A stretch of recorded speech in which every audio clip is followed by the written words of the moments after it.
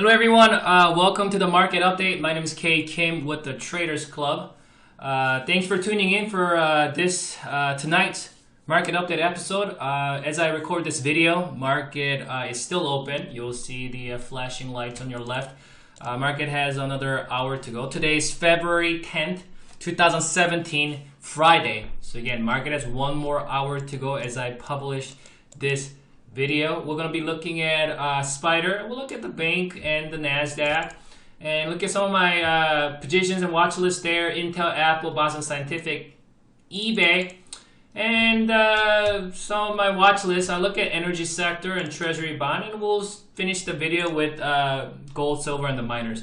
Let's get to it. Obviously, we've been talking a lot about this consolidation, this symmetrical triangle pattern there, and it initially broke out to the upside, as you can see a good size of gap up there, and then we hung out for a little bit, looked like some kind of an evening star formation, and this thing gapped down. This is where this market completely trapped all the shorts, because this, for sure, for them, this was a fake break. You see, you know what the bears always like to say? It's a bull trap. It's a bull trap. You see, what bears don't understand is it's not a bull trap. It's a cultivation. You gotta start using the word cultivation. Just because it pulls back doesn't mean it's a trap. We already cultivated higher high while cultivating higher lows. Again, that doesn't mean it's an absolute 100% guaranteed thing that this wasn't going to do something like that. It just means that it had a higher probability. We have to see, and as long as we hold above this rising uptrend support and above the 20 MA, right? Above the 20 MA, benefit of the doubt goes to buyers. There's a reason why I use the word like benefit of the doubt, because nobody knows for sure, meaning we have a higher probability. So what happened was we threw a hammer candle there just right above that 20, which is coinciding with the falling resistance and that rising uptrend support. So a lot of things are happening, meaning, a lot of people who bought at this level, right? They're not selling. Either they're buying more, but they're not selling at that vicinity. So what happened was we initially saw the dip, but the dip was bought. And you can see that we have these long wicks. You see that long wicks? All these wicks, just a lot of wicks. That tells us that there's a lot of dip buying activity happening in that vicinity, right? And also we talked about the matrix bulls. Let's look at the matrix. This is my blog here, twotradersclub.com. I wrote this, I think, January 31st. And there's a lot of similarity. We've been talking a lot about this. Interesting to note that April and May, just very, very similar price action. Looked like island reversal there. These lower wicks, a lot of accumulations were happening in that vicinity as well back in April and May. I think a lot of shorts back in April and May, probably they're not here today. Either they're converted back to bulls or bullish after learning their lesson, because we all know what happened after April, May 2014. I think we have the same kind of people. I think that's why the repetition happened. That's why I think we can say that history repeats itself. Not because we're stupid, we're dumb, and none of the traders learned. All the investors, they got burned back then. They're doing it again. No, I think some maybe never learn, but we're human beings. We learn. Once we see something, many of us do learn. We learn. So what happened is the next time when something like this happened, they remember what happened. I remember. Remember I told you last video that I was actually leaning towards more bearish back in April, May 2014. I've learned. Today I am saying that this is a more of a bullish pattern. This is what happened after that, and then we held at uptrend support. Look, see the long lower wicks here, and then this thing shot up. Well, this is, obviously this was last, what was that? Just a few weeks back, and we're somewhere about here now, and I think that that's kind of, but interesting to note that a lot of that similar activity was occurring back then. It is happening now, and I don't think it's the same people. I think it's a new people. dealing with a similar market sentiment, market environment, climate, and so they act similar way, right? So what happened was that, and then this is where all the bears like, that's island reversal, that's a fake breakout, that's a bull trap. So a lot of times when there's a lot of shakedown happens, I mean, we have to say that, hey, yes, there's island reversal. Yes, there's a gap. There's island. There's an evening star, and then this is this island. Yes, and that's a minor term that could be troubling. However, as long as we stay above this rising uptrend support and above 20 MA, benefit of the Dow goes to buyers. And I know it's easy to say that now. How many experts out there with big website and the videos, they say that now, but go back to my video, and I don't mean to, just go back to my video, what I've been saying when we were in that vicinity, right? That I said the benefit of the Dow goes to buyers. Then through that, we held that. You see that 20 MA? And I'm trying to just kind of get you in perspective. And on this day, you feel like, if you've been long, if you have long positions on the equities, or you're long on Spider, you're a little bit like nervous, right? You're like, oh man, what if we start to lose the level? And I'll tell you a secret where you can sleep good at night. And it takes years to master this. Stop worrying. What you have to tell yourself is this: I'll worry about it when I actually see tangible data. So when you look at this the night before, next day, you say, you know what? We're still holding this level. If it gaps down and we see something like that, I'll deal with it then. But for now, benefit of the Dow goes to buyers. And let's see what happens tomorrow. I'll deal with the problem tomorrow. See, like the problem with a lot of traders, even just normal people in their workspace or running a business, people just tend to worry about all kinds of stuff all the time that hasn't happened yet. There's a great book called How to Stop Worrying and Start Living by Dale Carnegie. Great book. You read that book. I read that book several times. Actually, not several, a few times, maybe several times. And it helps you in trading. Don't worry until it actually happens to you. And he actually has the statistics where most people worry about things that will never happen. Like a lot of people will worry about things that has a 10% probability that it's going to happen. And obviously in the stock market is quite more. I mean, right here, I would have to say that there's nobody really can put a percentage, but I think at this point I could say there's about 35% chance, maybe even 35, 37% chance we'll see something like that. However, we are holding this level, and we did see, you see these wicks, so I would say that there's quite a much more probability that we could move higher. So next day we gaps up. As you can see, we gapped up right about here. Or actually we gapped up here. So we had a significant gap up, and then this thing fizzle came down. Where does it come down to precisely? Well, it came down precisely to this level that is coinciding with the 20 EMA. You see that right there. And not to mention we're still holding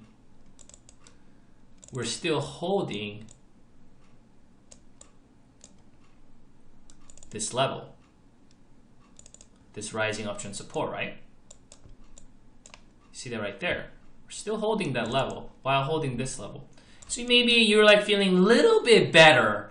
It's like, and then next day it gaps down. So this is the reason why I don't watch pre-market. I don't watch. Here, I'll give you a secret. If you're a short-term trader, if you're a swing trader, you probably have to watch pre-market and stuff. But for me, as a position trader and long-term trader, active investor, position trader / active investor, I really don't watch first 2 hours. So really, I watched it when this was actually like up here somewhere, but it gapped down. Dip was bought, bring it back up, but that 20 EMA is still holding. We're still above this falling resistance, the channel resistance, rising support now acting. The old resistance is now acting as support, which is coinciding with this rising uptrend support, and that's the level coinciding with the 20 EMA, right? Actually, I wrote an article, Spider breaking out with a 20 EMA setting with on the low, not the close. Actually, it works better right there. That's how I did it, actually. But that's the level we're holding.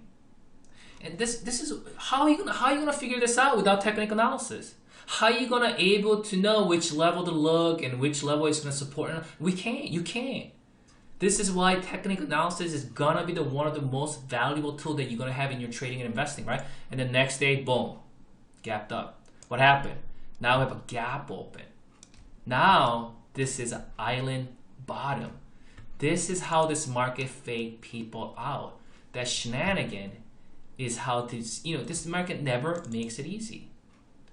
So every dip, if you're thinking about crashing, you really, with all due respect, you really don't know how to control your emotion in a healthy way to stay in the market, to stay in the trend. Everybody says trend is your friend, respect your trend, but nobody knows how to apply it or pragmatically deal with it, right? So once we saw that, that's it. We saw a little bit of shakedown. We saw another gap down. Just this market just loves it. Just one more shakedown. Just let the bears still keep in check. There's still a chance. There could be. I remember I was reading through some stock tweets. People are saying, "Oh, there's gonna be another gap down. There will be an island reversal again. Island top, island bottom, island top again. It's gonna gap down again." Well, it didn't. Why? Why didn't it do it? Because you see the flow, we're in an uptrend. Respect the trend. Was there a chance that this could break down? Yeah, there's always a chance. All we have is a probability. And that's what happened. We're bullish. We're bullish. I don't know what else to say. We're bullish. We're an uptrend. I met a friend the other day.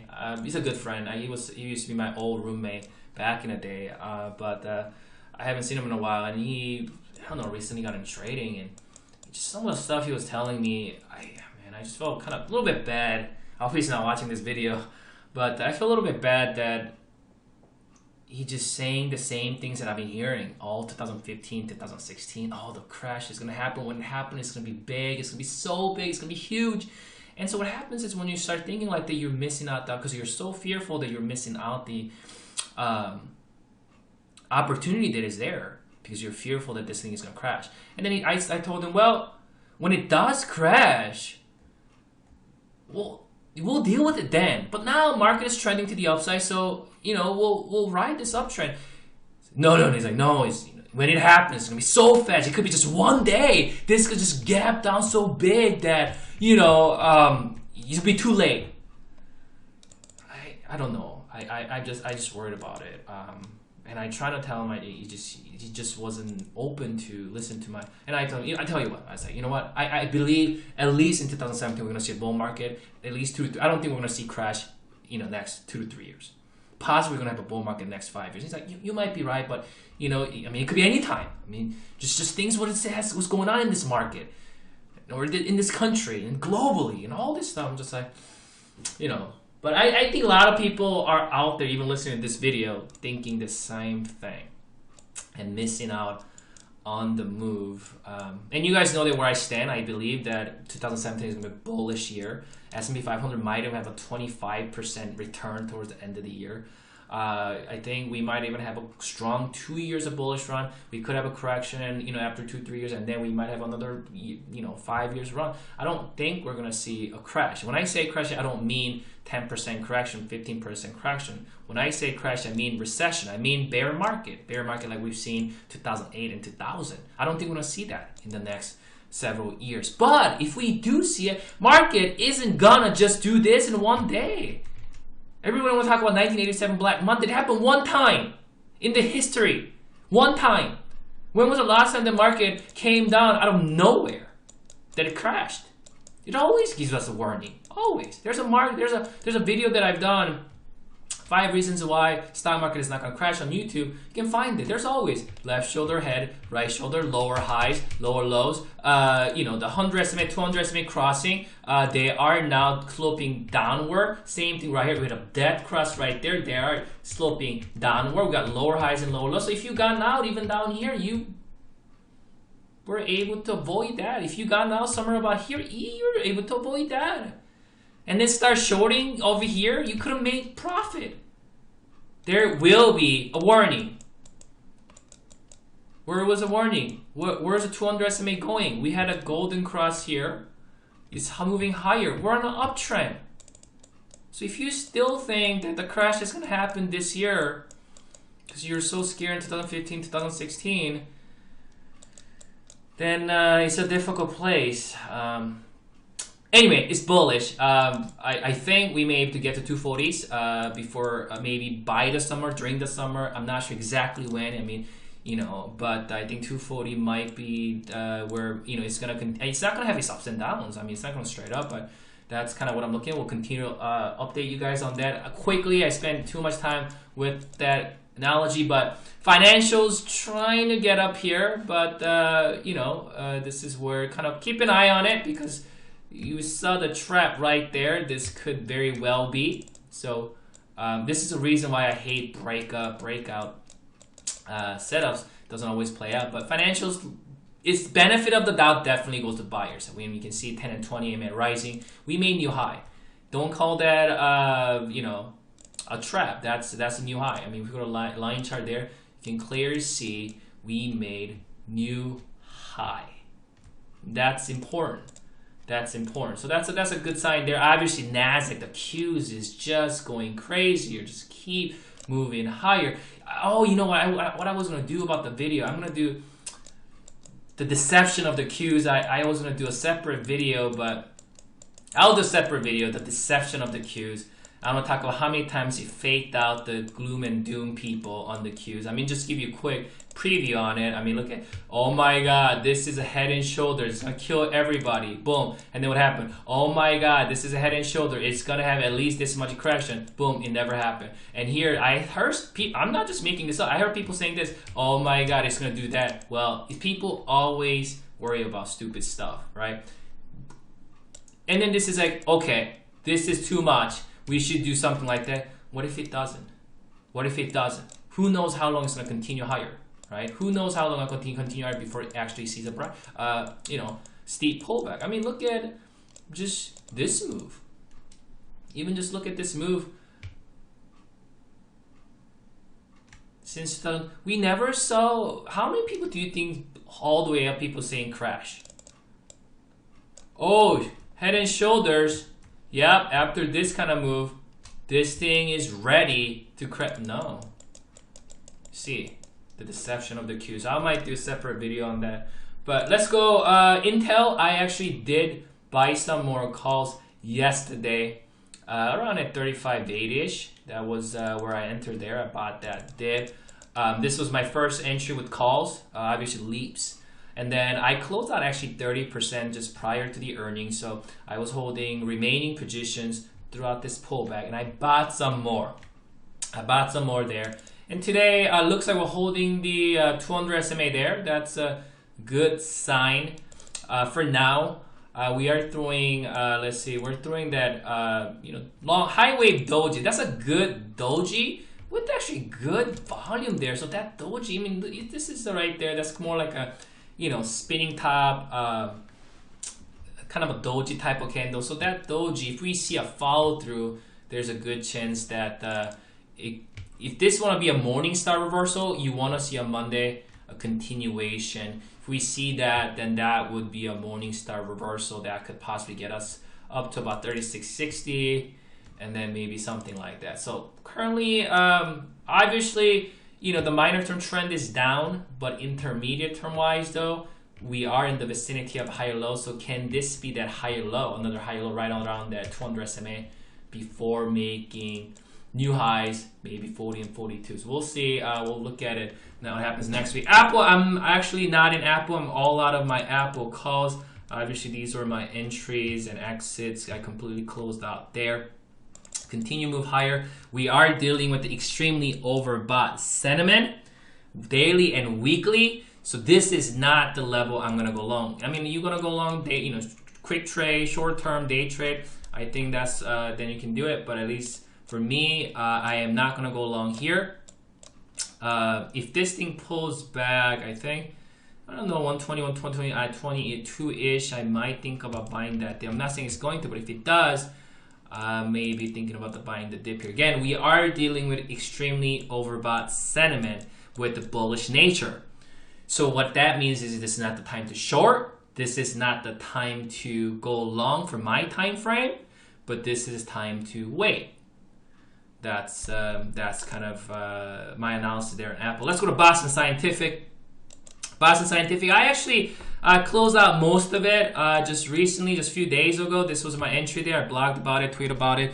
I closed like half and I closed another half. So I'm holding now just 25% of original position. Looks like a potentially rising wedge that could possibly see a pullback. If we do see a pullback at 24.47, maybe even steeper, I may think about buying the dip. I'm not sure at this point, but long-term bullish, I think. Minor term, working with overbought sentiment there. Let's continue on with the eBay. eBay, I'm holding half. This was my entry and then I closed half a few days ago, and I'm just writing half. I am content with that exit, and I'm still holding half and continuing today.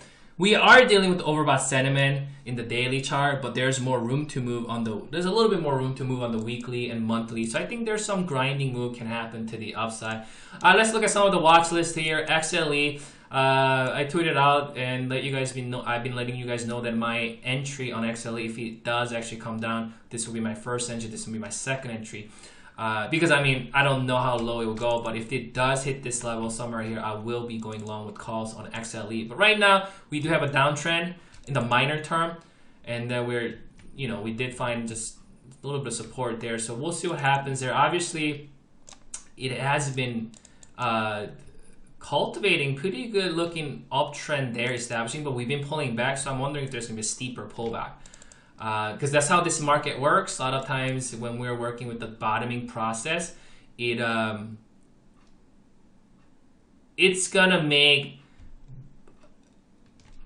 what's gonna happen is it's not always gonna make it easy. There's gonna be one last shakedown and just really disappoint all the bears. And finally, when the most bulls are like, oh my god, this thing is a crap. And then when finally they're just, oh man, I just don't want to deal with this anymore, then it gets back up. A good example of that would be, like something like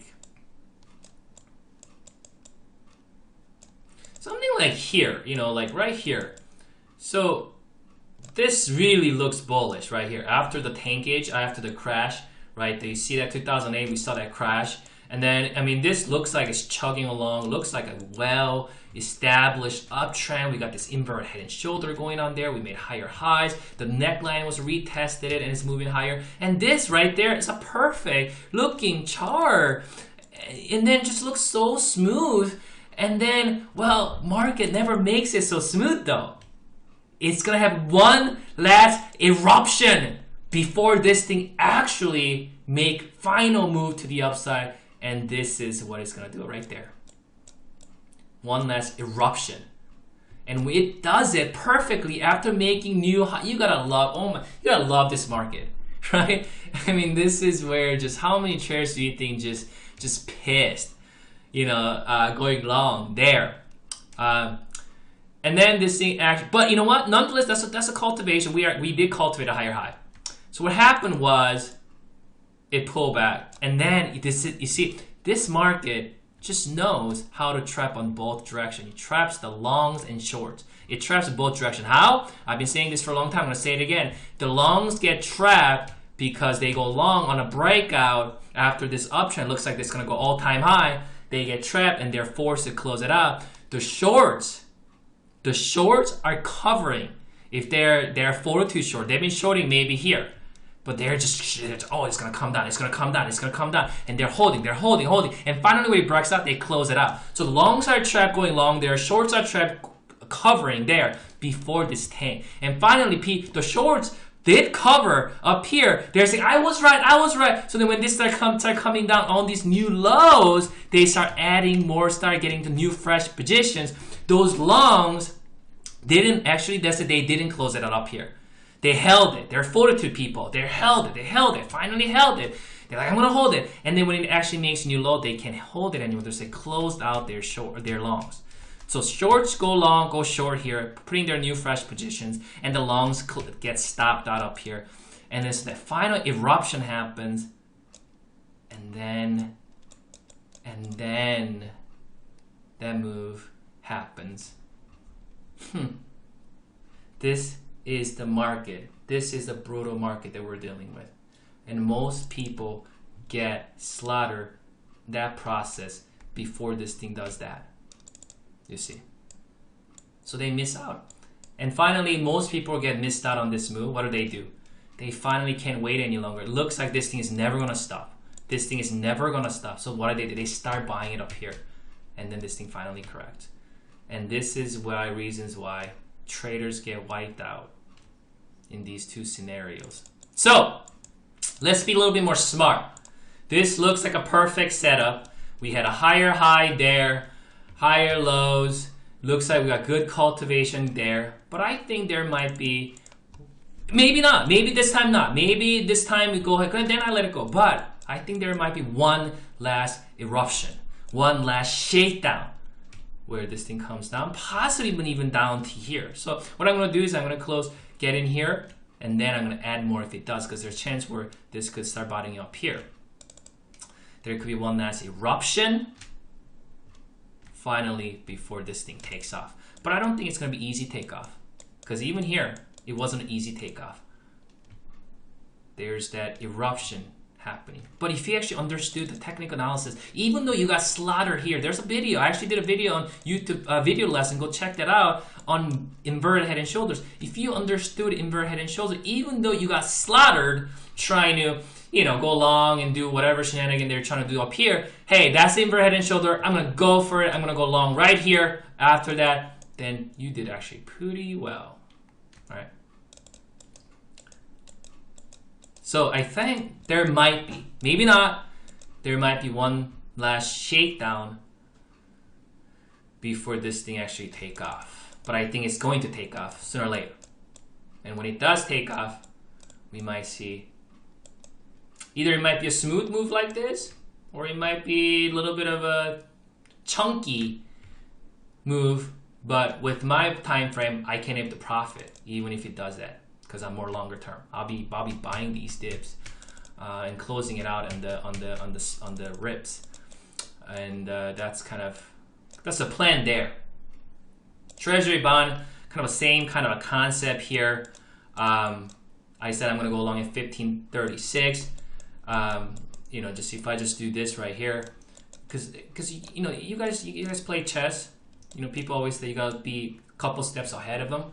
So this is how treasury bond, you see this tankage. See that tankage move, and then this thing starts to move up here, higher lows, and then it starts to make believe that this thing has bottom. So a lot of people start accumulating here, and it's gonna do what? One last eruption, one last shakedown, right? Boom. See, that's the one last shakedown. Just comes down, and then we makes new low. Again, this is how it traps both directions. You see that? Do you see this? How this mark? So you gotta see this thing ahead of time. See that? See that? It traps what? Both directions, right? Longs and shorts. I just explained why it traps both long and shorts, and they're sick and tired of this. And then what did it do? Boom. Makes a move. So you see, we're doing something. So we're gonna see, we got newbies and amateurs and unseasoned, untrained traders that are gonna start to see it. That's bottoming. And then they start going. And you know what? Sometimes it does. Sometimes it goes up without the shenanigan, without the one last eruption or breakdown. But only way for me to engage on this is I wanna see one last eruption, and then before it finally moves. So that's the plan there for treasury bond. Let's continue. I'll go through these quickly. Silvers may have been making some impressive move. That's a good sign. We don't have cultivation yet. We actually went straight up here. This was a pivotal level we've been talking about. This was also another pivotal. We gapped up. We stayed up. Now we're at the 200 SMA. I think last update we talked about the 200 SMA. Again, we have this falling resistance. Again, if you're a buyer here, if you're long on silver, you probably want to see something like that. We need to see nothing goes straight up. Stop thinking that it's gonna. We want to see cultivation. right? Cultivation, the establishment of uptrend. So sooner or later, this thing is going to pull back. But problem is when it pulls back, are we going to just pull back to make new low? Or are we going to pull back to make higher low before going higher, right? I don't have any positions on silver or miners. I probably wouldn't, at least until we see some significant establishment of a primary term uptrend. Right now, we're still dealing with this long-term downtrend. As long as it's just below this level, I have to assume that the big picture sentiment is bearish. GLD is the same way. This is actually, you see that I have to assume that as long as price is below that, we are still dealing with the bear market. And in gold, I would start to think about possibly going long once it clears. Also, people always think that like, oh, when the gold starts to move, you'll be too late. No, don't think that. There will be plenty of time to enter. Be patient.